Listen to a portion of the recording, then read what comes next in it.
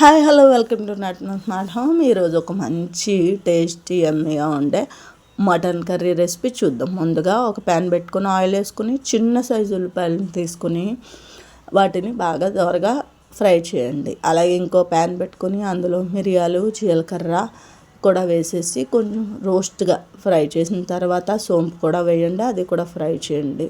అలాగే ఇలాచీ లవంగం దాల్చిన చెక్క కూడా వేసి ఫ్రై అయిన తర్వాత ఎండుమిర్చి కూడా వేసి ఫ్రై చేయండి. ఫ్రై చేసి వీటన్నిటిని కూడా పౌడర్ చేయండి. ఫైన్గా పౌడర్ చేసిన తర్వాత ఒక ప్యాన్ పెట్టండి. మళ్ళీ ఆనియన్స్ వేపండి.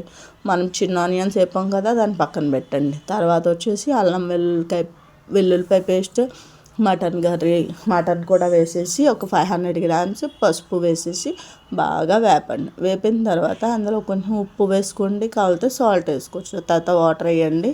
వాటర్ మీకు సరిపడా వేసుకోండి, మీకు ఎంత రిక్వైర్మెంట్ అయితే అంత వేసి ఒక 6 to 7 విజిల్స్ బాగా రానివ్వండి. లేత మటన్ అయితే 4 to 5 చాలు.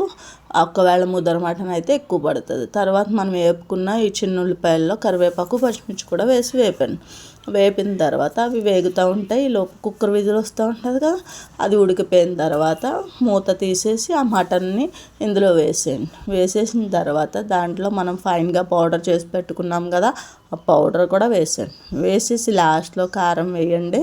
కారం అంటే మనం ఎండుమిర్చి వేసాం కాబట్టి చూసుకుని వేసుకోండి.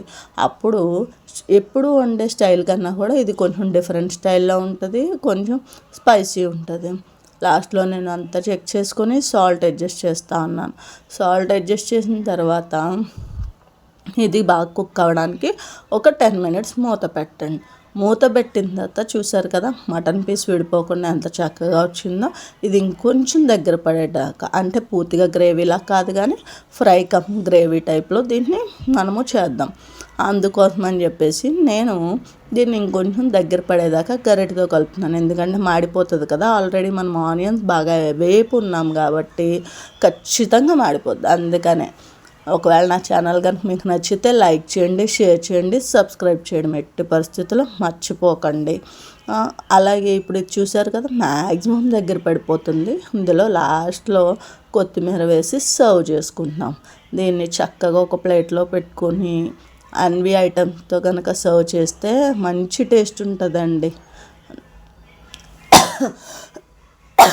Thank you for watching my channel.